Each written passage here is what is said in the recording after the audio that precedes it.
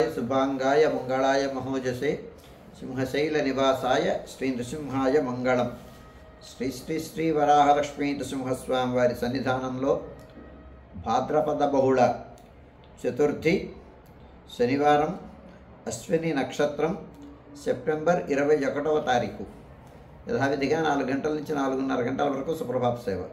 సుప్రభాత సేవలో భాగస్వాములు కాగోరు వారు దానికి తగిన రుసుము చెల్లించి సంప్రదాయ వస్త్రధారణంతో పరిమిత సంఖ్యలో భాగస్వాములు కావచ్చు.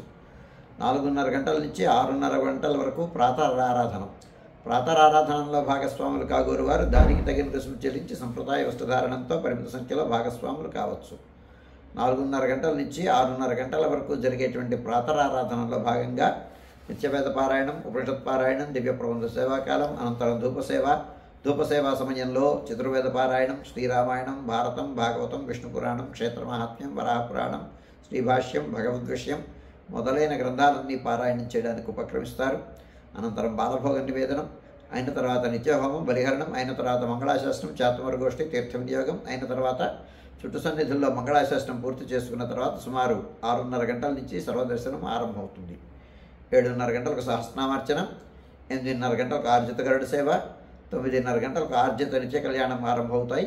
ఆయా సేవల్లో భాగస్వాములు కాగోరు వారు ఆయా సేవలకి తగిన రుసుము చెల్లించి సంప్రదాయ వస్త్రధారణంతో పరిమిత సంఖ్యలో భాగస్వాములు కావచ్చు. 11:30 గంటల నుంచి 12:15 గంటల వరకు రాజభోగ నివేదనం, మహానివేదనం. ఈ సమయంలో భక్తుల యొక్క దర్శనములు నిలుపుదల చేయడం జరుగుతుంది. 12:15 గంటల నుంచి మధ్యాహ్నం 2:30 గంటల వరకు సర్వదర్శనం కొనసాగుతుంది. 2:30 గంటల నుంచి 3 గంటల వరకు మధ్యాహ్న విరామం. ఈ సమయంలో భక్తుల యొక్క దర్శనములు నిలుపుదల చేయడం జరుగుతుంది.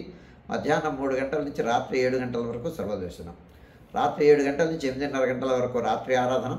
రాత్రి ఆరాధనలో భాగస్వాములు కాగోరు వారు దానికి తగిన రుసుము చెల్లించి సంప్రదాయ వస్త్రధారణంతో పరిమిత సంఖ్యలో భాగస్వాములు కావచ్చు.